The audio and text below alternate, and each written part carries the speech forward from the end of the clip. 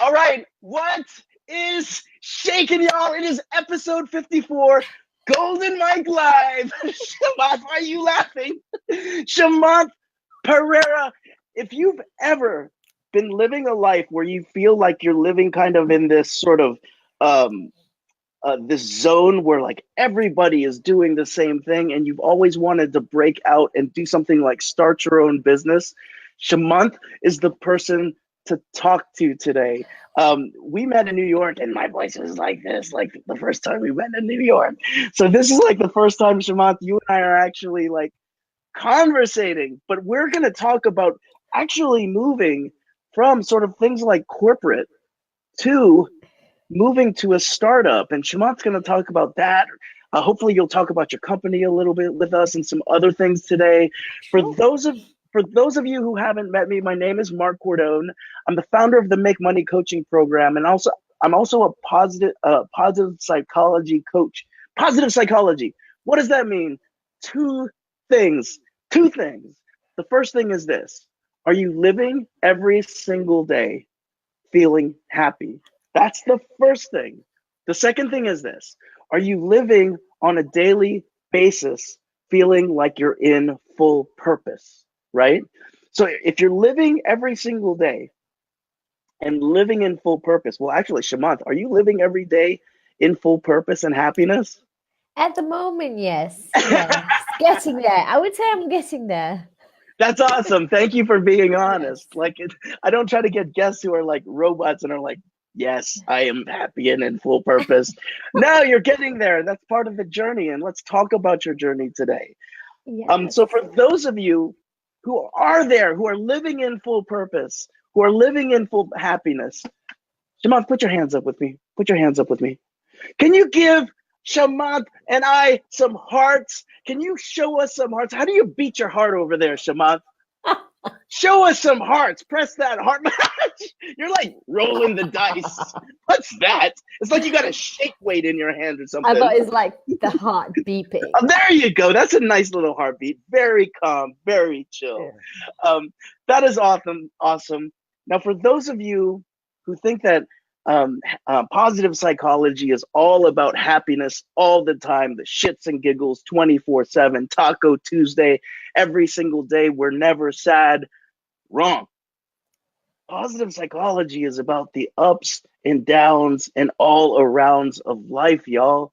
It's about happiness and sadness, joy, longingness. And so, for those of you who are like, no, I'm not living life at full capacity, or I'm not living happy right now, that's okay too. That is part of your process.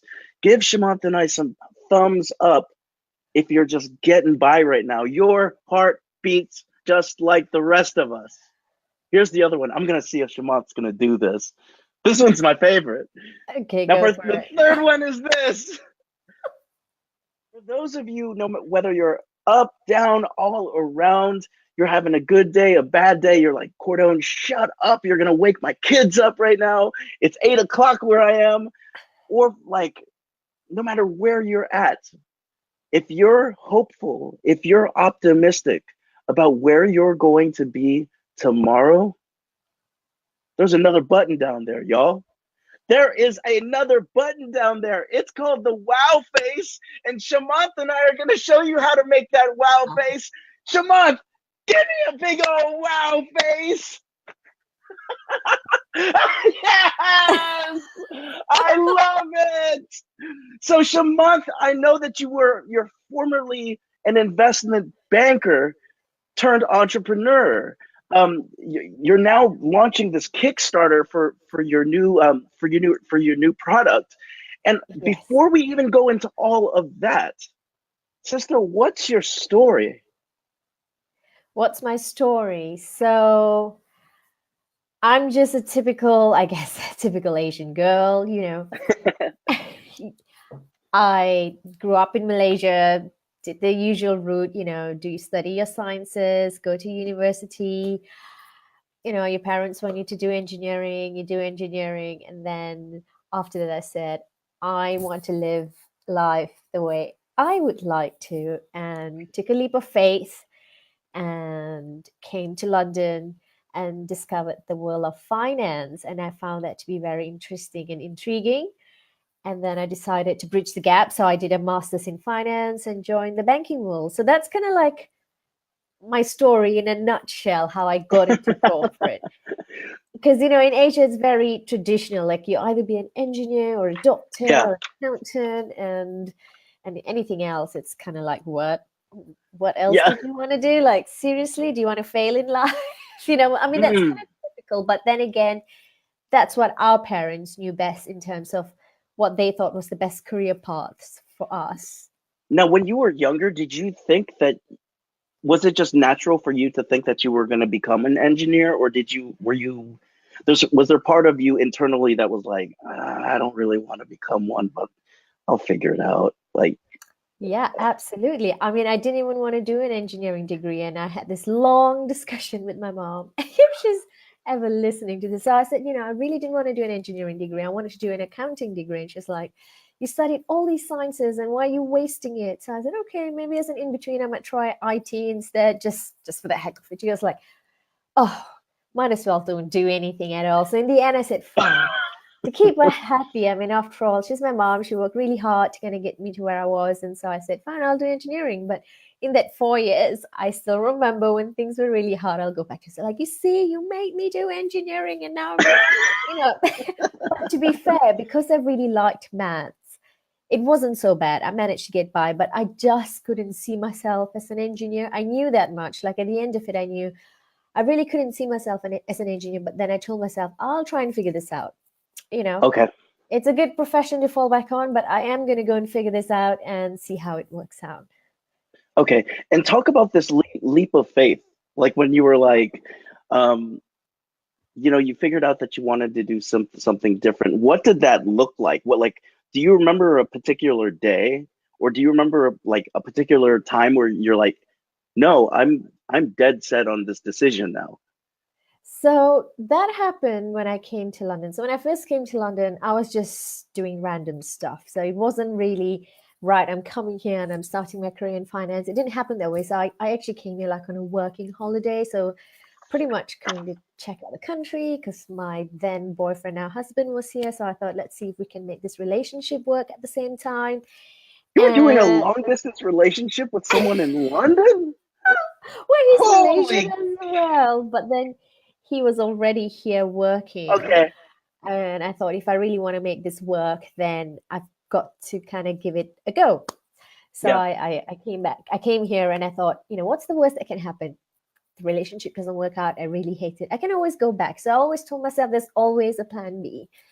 And when I was here, I was just doing a retail job in Harrods actually. And it was during that time that I was trying to figure out what I really wanted to do.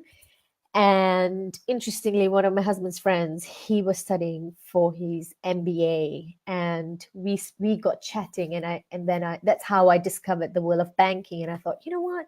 They love engineers. They love people with a maths background. So I don't know much about banking, and that was when I decided, right, I'm gonna bridge that gap. Then I started saving up to do for a master's, and then I guess the rest is history. I mean, it's very competitive to get into banking, but I was determined to get in and make it work. Okay. Now, Yeah. do you feel like your mindset was one of a competitive mindset? Like, did you see yourself competing with other people and stuff like that? Oh, totally. I kept Yeah. telling myself, culturally it was very different because in Asia you're always thought to listen to your elders, you just have to wait to be told, etc. Whereas in London, you just have to go for it. And if you don't, you're going to get pushed back or you're not going to get it at all. And that was something that I had to play catch up because everyone in London who wanted to get into banking just seemed to have an edge. And I didn't let that set me back. What I said is, if they can do it, so can I. And I'll just figure this out. And that's exactly what I did. I just figured it out. I reached out to like tons of people and I got in. So I mean, I had multiple offers from various investment banks, which is great. So yes, I mean, it wasn't easy. It was a lot of hard work, but it was that mindset that I wasn't going to give up. It's so Hmm. easy to give up, but I didn't. Yeah. Okay. So we're getting the offers, for multiple investment banks. Yeah. Surely you had to have been like, or actually, you made the decision to go to one of them, right? Yes, yes. Surely when you got your first paycheck, you must have been like, okay, I'm with my partner. I just got my first paycheck. Life is good. Like I've made it. Yes, yes. It Yeah, okay. definitely felt good because, I have to say in banking, you do earn a decent amount and Mhm. it can be above average at times. So I felt good about that. I felt good about that achievement in that, I'm just a simple girl from KL, Malaysia, and to have come this far, I was just more proud of my achievement and how far I got. So sometimes it's easy to compare yourself against others when you do that, you can always get discouraged. But in those times I just remind myself my journey and how far I've come, and I mean it definitely felt good. But then again, my competitive mindset set in again, and I was like, right, so what's the next thing? Where do I want to go next? And I was constantly challenging myself, which sometimes can be frustrating because I did at that point I didn't learn the concept of gratefulness or being happy with Mm, what you have. I was always like, right, what's the next thing? What's the next thing? And sometimes feeling very frustrated that I wasn't getting there. There was all this financial crisis, and what I wanted to do wasn't, the jobs were just being knocked down because of the crisis. So I had to mhm. be in a role that was a bit safe, you could say. But I just took it as it came. But then there was always this frustration about, I want to go for the next thing. I want to be the best in banking. That was my mindset. But knowing Yeah. also I had this huge like gap between the guys who were doing really well because most of them came from really good schools in London, or they all had this really good backgrounds, having been through the prep school system, etc. And there I was trying to compete with them. Yeah. So it was quite S- an interesting experience. So what was the next thing for you? I mean, you really went through a great redefinition of self there, right? You didn't become the engineer that everybody wanted, Yeah. but you found something that you did well. Your parents were happy with the fact that you went into investment banking. Was it? Yes, yes. Yeah. My Okay. mom, yes. Yeah. So mom was happy that you went into investment banking.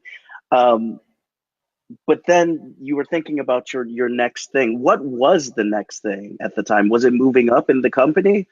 It was it.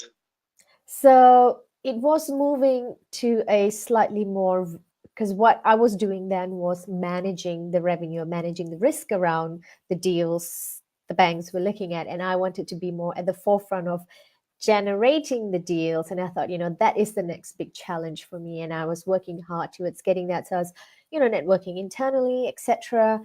And, exploring new options. So I was always pushing myself out there and also moving up in terms of responsibility as well. So Mhm. taking on more and etc. So yes, that was like my next step then. Okay, gotcha. So where do we go from what it says here on the paper? Your bio says you went from an investment banker and left the company to start your own. Like, where did this come from all of a sudden? It was a surprise to me as well, I have to say, because I always saw myself as a corporate person. And Really? yes, I always had this thought that I wanted to start a business. But when you're in banking and you're earning decently, it's hard to leave that. And you kind of think like, am I really going to get that? How am I going to replace all this income, etc.? You have all these thoughts going through your mind. And to even push myself even further, I actually went and did an MBA. So during my investment banking, I did an MBA. And it was during that time, that in between time, that I fell pregnant with my son. And that's when everything changed, because I couldn't be more present with for my son and also have a very, I guess, very stressful, or a career that Yeah. required a lot of my time as well. It was a constant pull between the both, and I was, as a parent, feeling I was at conflict with myself, primarily because I'm in London. I have zero family around, so I would have to leave my son effectively, with a stranger. So, with nannies or with childcare. And you can do your best by researching and finding really good childcare. But at the end of the day, they are not family. Mm. And that is something I just found hard to deal with, in the sense that I wanted someone whose family to be around my son. And if I don't have anyone, then it had to be me. Because sometimes also, I mean, I grew up as a single parent, so I remember the times when I missed having my parents around, Yeah. and I thought that wasn't a great feeling, and I don't ever want my children to experience that. So that was also a big point, because I think it's important, especially in the formative years when they're really young, to have that strong grounding, because that helps them with their confidence, with just building character. Yeah. So, Yeah. Sometimes so being that the perfect parent is just being the present parent, right? exactly. So it Right. was a hard choice, because I really Yeah. loved doing what I did, but I also realized I had to make certain life choices to be more present for my son. And so, that's when I thought, startups is a great way. Everyone's talking about startups. I'm sure I can figure this out. Obviously, it took me a while to figure it out. I didn't like, just off the bat think about this and completely got it going. I had many different trials and errors, and, ups and downs, and then Yeah. finally got to where I am right now. Okay. And what got you to, well, let's talk about this right now before we even talk about your startup right now. Sure. There seems to be, I don't know, it could be a stigma, but the idea of working in corporate and then the idea of having a starter, society seems to have two different viewpoints on that. Would you agree? Yeah, yeah. I mean, and also when I chose to do that, I also, when I left banking, I was quote unquote a full-time mom. And that was something that I love my family. They're amazing, but they found that strange. Like, they go like, wait, you studied all that degree and all that masters and you're staying at home? Are you crazy? Like, Yeah. why aren't you at work? Someone can look after your child. You have to go back to work. That was something that was constantly there. Like, why are you wasting all this degree? But the thing is, they didn't really see the other side of it. So there was that stigma, and I kept telling them, yes, I'm trying to figure out, I'm trying to start a business. And there was always that thing when, they would see like, oh, this particular person in Pepsi has become the CEO, first female CEO or first CFO or whatever. And my mom would keep sending me those links. And they said, I hope this would be you the next time. I was like, Look at Mom, mom. Look at mom coming around. Look at I'm mom being coming around. hilarious. I mean, trust me, and it's just I would put it down to just being a cultural thing, because every parent wants to be proud of their child or children. And when they don't have something to talk about, then they go like, come on, you've got to go back to banking, or you have to do something. Yeah. So I said, no, I'm getting there. I think looking after children is important. And I Yes. said, and also in that time, I said, I'm building something, so just be patient. I'm getting there. And it is a stigma, because in some societies, they just expect you to have that traditional route. It's predefined, it works, it's safe, it generates X amount of income. Why do you want to give that up, right? Why are you so silly to give that up? So it's more of a risk averse view. And then they go like, a lot of startups Mm. fail in your first 2 years. You don't know if you're ever going to make any money, blah, blah, blah. But then I told them, I need to do this for myself. I need to constantly challenge myself. And if I want to set a good example for my children, that they need to constantly challenge themselves, I need to be a good example. And I told myself, I'm okay with failing my startup. At least I know I tried.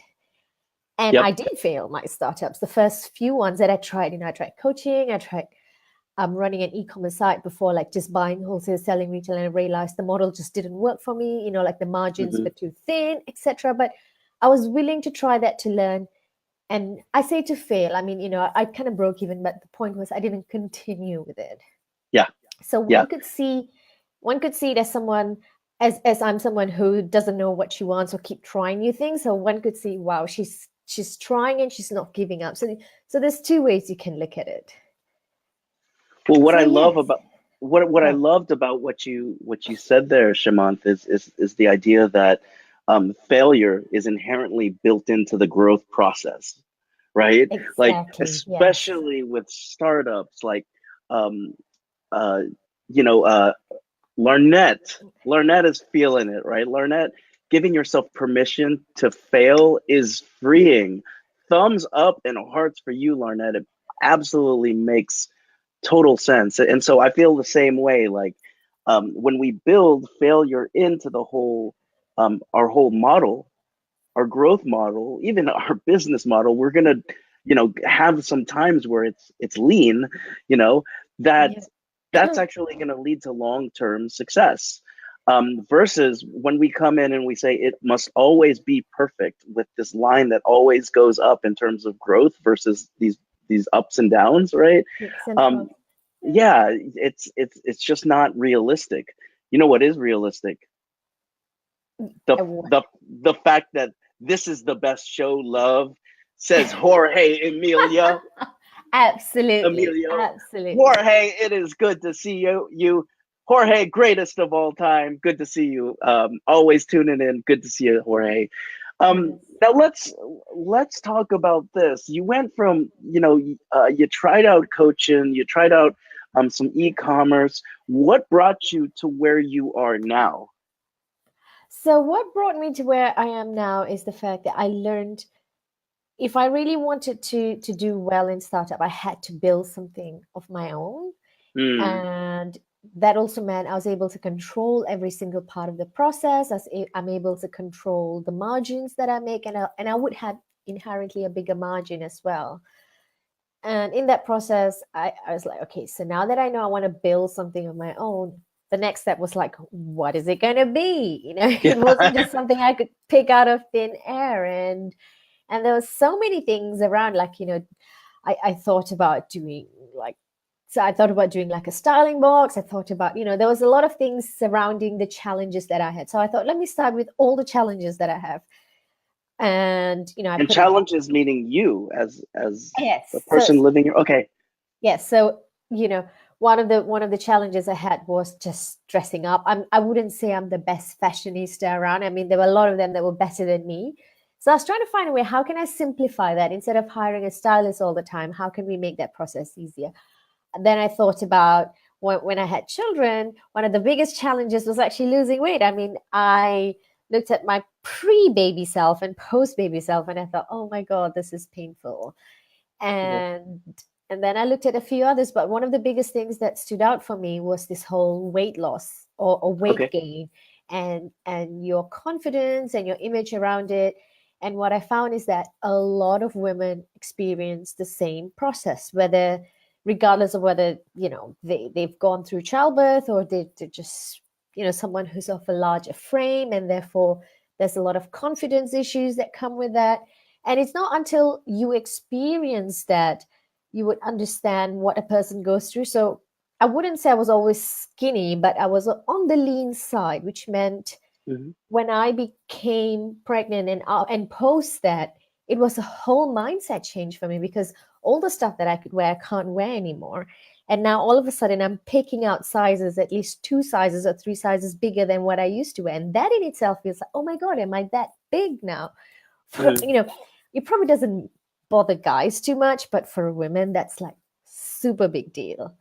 And And that's a whole other societal issue, right? Like how exactly. women have, women often feel the pressure, and us Oh, guys get to yes. have dad bods, you know? And I used to get comments, I mean, even from extended family members, like, oh my God, you're still so fat. What are you doing? Oh, so Asian. Oh, It's so too Asian. too hard. That's too close to home.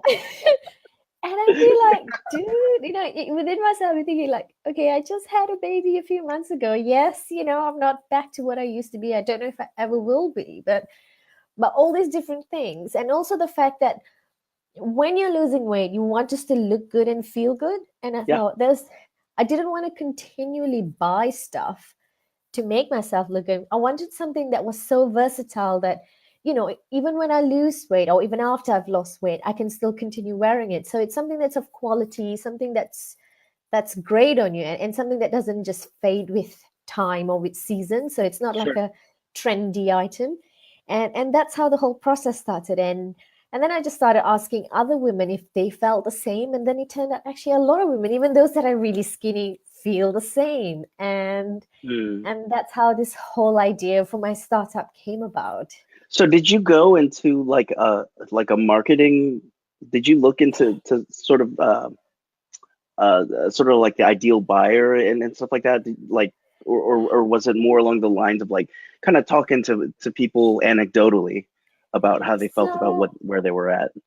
I thought about the product and I thought about, okay, who experiences this stuff? So there was like two large groups. The biggest one is, those who've just had a baby, whether you're first, second, or third. They Hmm. have this whole process. And that, from talking to a lot of moms, I know that's a fact.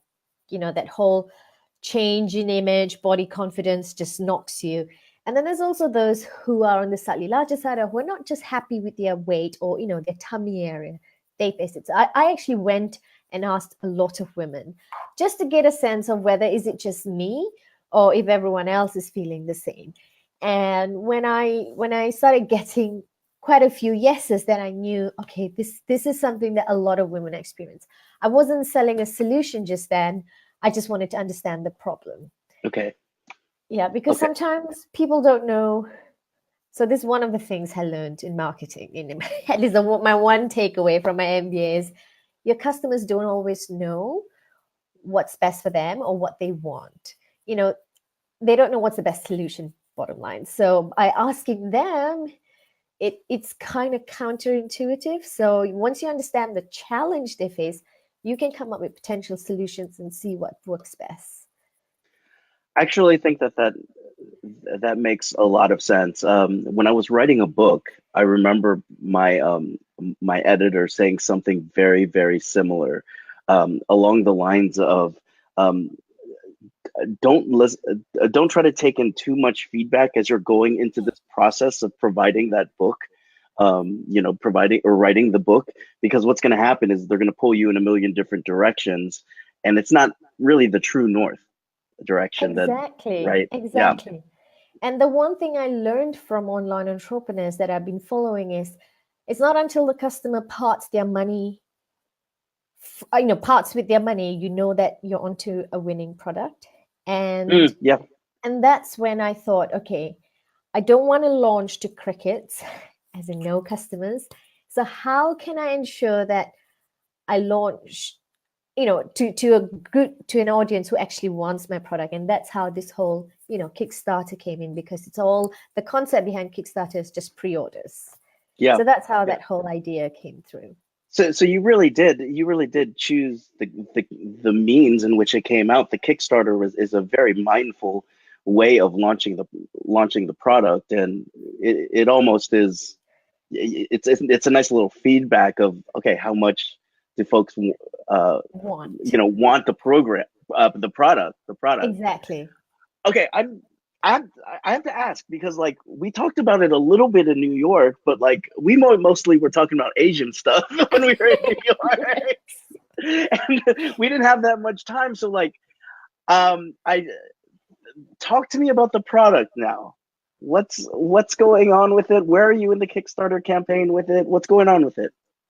So I launched so the product is a high-waisted leggings with built-in shapewear. So one of the things women use a lot of is shapewear, and then they put something over it, which can be uncomfortable. So I thought, why not combine it in a way that it's easier for women to just wear one item and still look good, feel good about themselves, and give them an instant boost in confidence. And I Oh, so this launched. is not like you wear those things underneath your clothes, and then you put your clothes on, right? No, no. Okay, gotcha. Okay. So it's like a pair of leggings, or, like a pair of tights or shorts that a guy would wear. But in this case, a leggings for women. But around the abdomen tummy area, you have this stronger compression, meaning you help kind of just, to an extent, suck your tummy in a little bit. And also the compression generates more oxygen to the abdomen area. And over time, it actually helps you with the healing process. And this whole thing came about actually from an Asian tradition, which is the belly wrapping tradition that my mom used to tell me about, because she saw me just taking forever to lose. She said, "Why not think about this?" I said, "Mom, I don't know how to do it. You're not here in London to show me, so let's not even get there. But when I fell pregnant with my second child, and I thought, you know what, let me just check this whole wrapping thing, because, I really took forever to kind of get to where I wanted to get to in terms of my confidence and body weight. I just didn't want to go through that process again. And that's when, Mm, and I also I thought, I'm sure there's a new way or new technology that we can use instead of using like so the old tradition is that we use a long cloth and wrap it. It's like, that's so uncomfortable, bottom line. And then you want to put something over it, and it's all not going to be pleasant. So why not make the whole process pleasant? And that's when I found in high performance sports, a lot of these athletes use compression wear to help with muscle recovery, so it reduces muscle soreness. mhm. And that's the exact feature that a belly wrap actually mimics. So I thought, okay, so we have something new or something modern that we can use to mimic this old tradition, and why not make it in a way that's easier for a lot more women to use? And so that's how the whole concept came about. And Kickstarter was just a way for me to kind of put it out there and see what sort of interest I get from it. And so far, it's been great. I mean, I managed to get to my, I say, modest funding goal within 2 days. So within 48 hours, I hit my 10K goal, and I think right now I'm at about 170%. But right now, again, with my putting my competitive mindset on, I want to 10x that. So that's the plan, and I want to keep the momentum going. I want more people to know about this amazing product and how it can help women, help them boost their confidence, help them look good, help them enjoy their curves as they are going through life, whether they want to lose weight or whether they not want to lose weight. Just be proud of it and embrace it, because the more you love yourself, Yeah. the more you're going to do stuff that's going to make you happy. And in the process, you'll be surprised, because a lot of women tend to not like how they look, and then sometimes that whole process they might either take to eating more or doing things that are perhaps more Sure. detrimental to them. Sure. Sure. and and so this is a way of trying to tell them, hey, when you put this on, you're just going to feel this instant boost, because your tummy is going to get tucked in. You're not going to have these multiple rolls, and you don't have to hide under baggy clothing. You can wear that amazing top that you want to wear and still feel great about how you are right now, and go and do whatever you want to do, because at the end of the day, it's not about the size, it's about the confidence that you exude from yourself. So that is my big mission with this company. Yeah, so and confidence is a huge deal, right? Because you come into Yes. something and you lack the confidence, and people can pick up on that. And so I wanted to throw this out there. So have you had the opportunity to create the prototypes already with Oh it? yes, yes. Yeah, okay. So what have people said who have experienced invisibility? I Yes. call it So invisibility. I know a lot of people tend to start off with that. So the people that have tried Invisibelly, they love it because of the benefits that I mentioned. So, it gives them that instant boost. And it's also a versatile legging, because you can dress it up, dress it down. So if you're a busy person going from the gym to then running, if you're an entrepreneur, for example, and you're also managing a family, you want something that's comfortable enough where you can do, drop your kids off at school, or if you then want to go and do a mini exercise, yoga, etc., you can do that. And then you can just change your top and slap on a nice looking jacket and dress it up and go for your meeting. So it's something that I call a dawn to dusk legging, because you can wear it throughout the whole day, and you can feel good about yourself. And also, it's not one that you have to constantly change, because when you're a busy person, you want something that's versatile, you want something that doesn't take time. I mean, there's this whole concept about previously Steve Jobs and currently Zuckerberg about wearing the same clothes every day because they don't want to think too much. It's a process. They just want to focus on what's important. So in a way, when you put these leggings on, it's kind of helping you get dressed quickly, because all now you have to think about is what top you're going to put on, and then just slap it on and carry on. Hey, I totally feel you. I totally feel you about that, like not having to think about what to put on anymore. I love Walter. Walter's one of our alumni in the Golden Mike, and he shows up. Walter, I hope you're well in Vancouver, learning to thrive in the process. And somewhere you threw that out there, right? Shamanth, is that this whole idea is, if there's things that help you with confidence, and you're going through so many changes so quickly, and it is true. It is true. For example, like, in writing, I wrote my book and ballooned up because I was spending my evenings writing a book, and I was drinking soda to keep me awake. And the next thing I know is I've got a book. And then when I went to do the press for it, I realized like my suit doesn't fit and stuff like that. So like I actually went and put a wrap. I went and put one of those wraps on for dudes, you know? And the thing was like it didn't fix everything, but it needed to do enough to get me to not be self-conscious about the fact that like my buttons were popping out, and it just got control of things, and so it does make sense. So um Walter also went and said unwanted weight gain is the effect, not the cause. I'm glad that you're throwing that out there. And then what could be the solution? Well, getting your mindset right with things. I want to hear some more things. I want to hear some more testimonials. I want to hear some more things that people are saying about the product. So, one of the other things with leggings is Yeah. that sometimes it's see-through. So, Oh, so, yeah. so women go like, I don't want to be showing my red underwear. So with this, that's not going to happen. You're not going to be giving a free show when you walk around, and you don't have to wear a long top to hide your bums as well. So it's one that is not see-through, and it's also one where you don't have too many lines going up and down your back or your bums, and that's something that I just find really annoying. So I created a leggings that's seamless around the areas that you don't want to attract attention to, and also just making you feel comfortable. So that whole seamless process is again another plus point. Okay. And because of the compression, with your legs as well, it helps.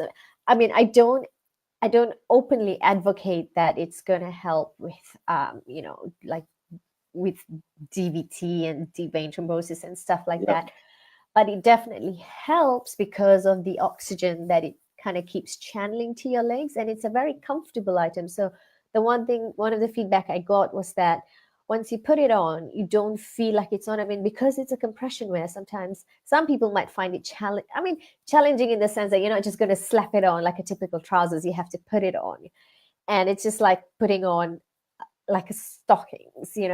Yeah, But it's once it, compression wear, folks. It's not like you're putting on sweatpants. yes, but once they put it on, they absolutely love it. So it's all about health. And also, one of the other challenges with most leggings is that it rolls down. So, like wherever your waist is, sometimes it starts rolling down, and then you have women like always having to pull their leggings up. So I tried to eliminate that problem as well by adding this gel stuff inside so that it stays in place. So that again is another benefit. And most leggings kind of stop near your waist area, whereas I took it higher, just right up to your abdomen, because that's where once you cover that whole area, or once you give support to that whole area, that's where it helps you. And it also gives you this nice flatter shape, so you don't have these multiple rolls around your tummy where you become very conscious about, or the muffin top that people tend to talk about. So it helps with that. So a lot of women just love that fact that it kind of controls the muffin top, so you don't have your multiple rolls when you're sitting in a meeting. You're not conscious about that. It stays in place. You're not showing your underwear.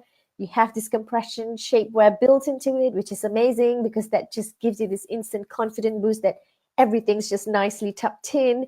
So it's kind of like giving you a lot of different features all in one. Plus, you also have this antibacterial coating that I've put in, That's which nice. means if you're so busy, you don't have to worry about not washing it every day because you have this antibacterial locked into it. And also you have this thing called moisture wicking, which means when you're working out, you're not going to feel like the sweat all kind of just stuck on your leggings. It kind of just takes it away to the outside. So all Yeah. these benefits put in together, I think, makes it. And also people love the fact that's what it is. And even on a warm day, you probably don't want to wear a pair of leggings, but it's supposed to.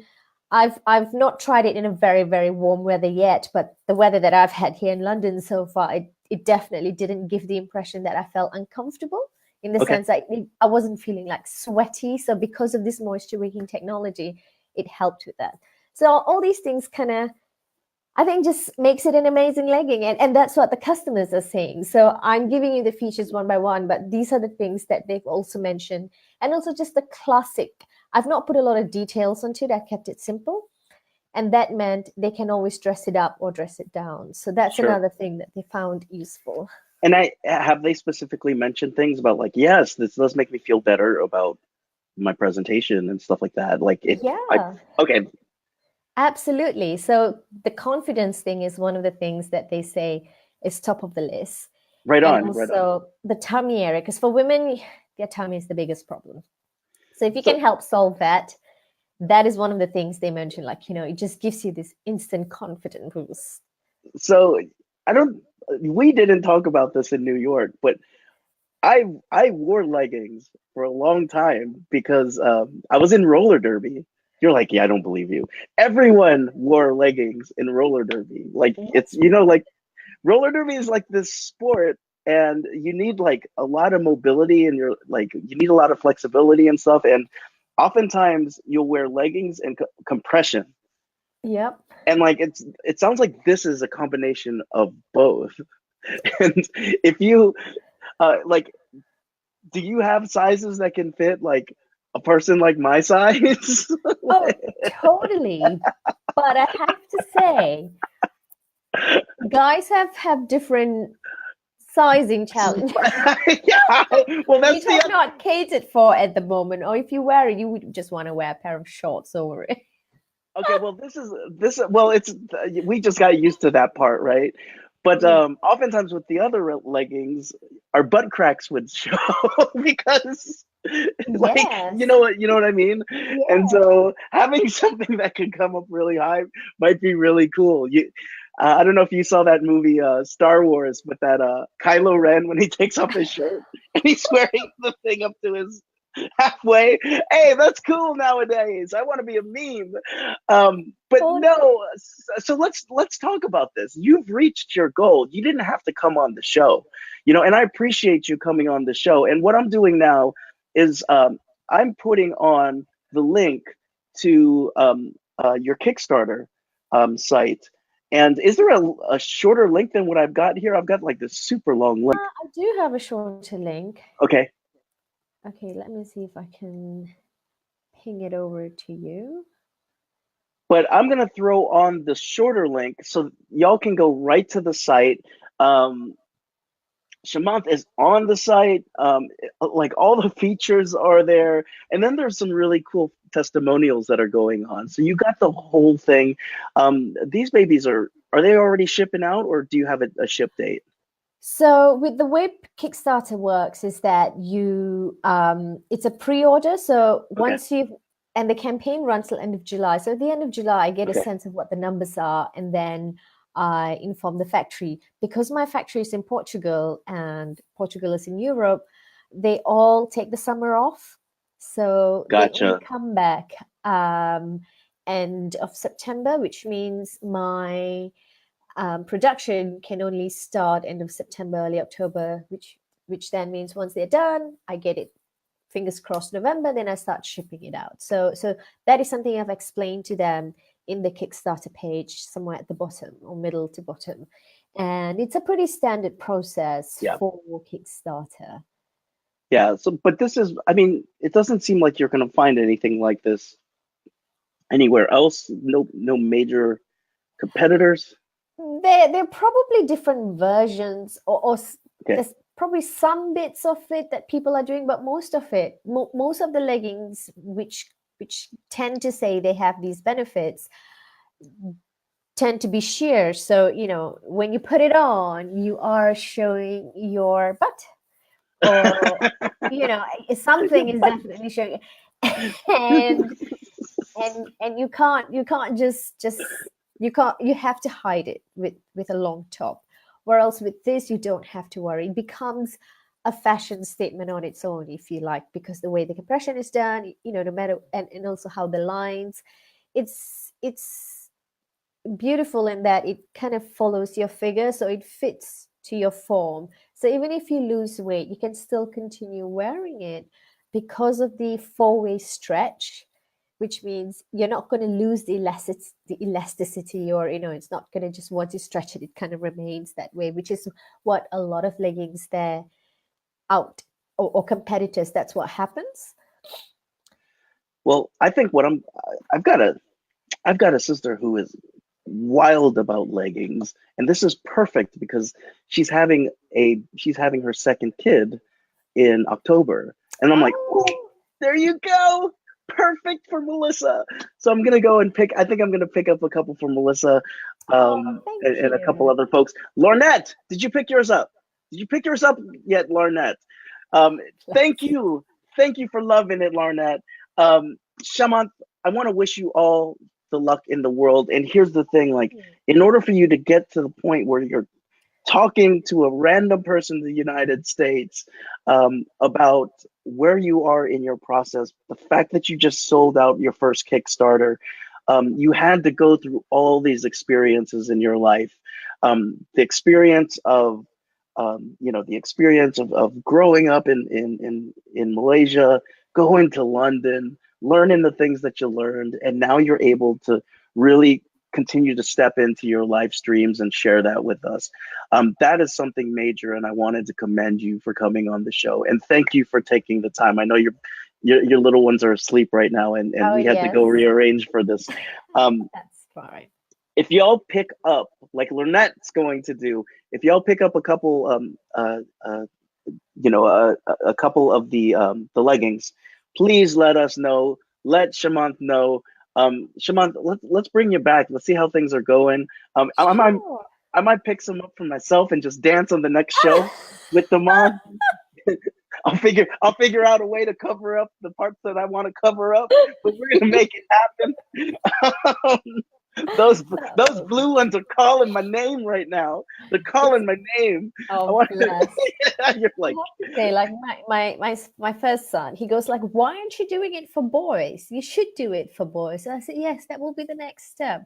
Kind of like taking it one step at a yep, time. I think with any business that you do, and the one concept that I mentioned very quickly was also the concept of just launching ugly, because a lot of things that I wanted to do prior to the launch, I didn't get to do because sometimes, family comes first. If your child is sick, you just have to focus on them. And for me, it took away like almost 3 months of my pre-launch time, which is pretty massive. If yeah, you're a startup entrepreneur, you know how much that time means. But I had a decision to make, and I was asking myself, should I just launch it, or should I wait and be perfect? And interestingly, I was talking to someone in New York, which you interviewed actually, Raj. He's also a product entrepreneur. And I was talking to him and I said, I really don't know if I should just go for it. He goes like, just do it, just launch it. And another friend of mine as well said the same thing. I thought, you know what's the worst that can happen? No one buys my leggings, but that's okay. I'll learn from it. And it was a risk that I was willing to take. But I also told myself that I would do everything that I can in that time when I launched my leggings to make sure that I gave myself the best possible opportunity. So I think yeah, that's something that anyone can do for their business, because it's easy to just give up. yeah. You do your first launch, you don't make, and then you go like, it's the end of the world, but it's not. I love what you're throwing down right now because Yeah. um, oftentimes what I've seen happen is that you have such a nice game plan for a perfect launch, but then life comes in and it does what life does best. It throws in wrenches. It gets chaotic. Things happen and you don't plan for it. And the next thing you know, it's not perfect. And you have to make a decision. Do I launch or do I continue to stew and tinker and tinker and tinker until I think it's perfect? And technically speaking, it's always going to be in draft form. Our Exactly. companies are always a draft and we're always improving them. That's what's awesome about being an entrepreneur and having your own startup, is that you get to tinker, you get to use feedback loops to make your things better, your services better, your products better. So I do want to thank you for coming on and spending your time with us. This is why it's called the Golden Mike Shamanth. So this is the last activity that we're going to do today. And we've talked a lot. I've heard enough. I've heard enough. We talked a lot. Thank you. And And I want you to imagine right now that a golden mic is coming from your ceiling, right? And stopping in front of you. Now, this golden mic translates into every language all across the world. And for 2 minutes, the world is listening to whatever it is that you have to say to it. So, Shamanth, your golden mic is live. Oh dear, what do I say? I mean, if I had to say one thing is, just liberate yourself of trying to be perfect. That's one of the things that helped me just launch, because I thought about, what are my MBA friends going to think about? What are my previous colleagues going to think about? They must think I'm rubbish. But no, I just went ahead. I did it. I'm glad I launched my product on Kickstarter. I took that leap of faith, and now it's showing me the results, and I'm learning from it. So yes, the one thing, if I can share one thing with anyone, is be willing to fail, and you'll learn so much from it. It wasn't until I actually internalized that a lot of good things started to happen, because then you just let go of all these preconceptions of things. So yes, and also, if you really like leggings, just read my story on Kickstarter and see if you resonate with it, and share it with your friends. Shamanth, I love it. I love that you just given the opportunity to. You gave a little plug for your your Kickstarter to the world. I absolutely love it. It's the best free publicity ever. No one's ever done that.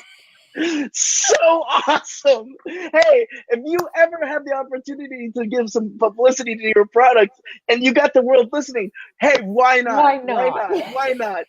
Love, love, love it. Love you. Love your family. I loved talking to you in New York, and I loved meeting you. I'm glad that we were able to make this happen. Shamanth Pereira, Invisibility, like it, love it, want some more of it, go to the site, share this out, share her lessons of entrepreneurship, share her lessons of transitioning, and sharing her happiness. She hit her goals, and she's about to 10x this baby. Congratulations to you. My name is Marc Cordone. This has been the Golden Mike 54. We're going to be back tomorrow, and I have one final question for you, and that final question is this, y'all.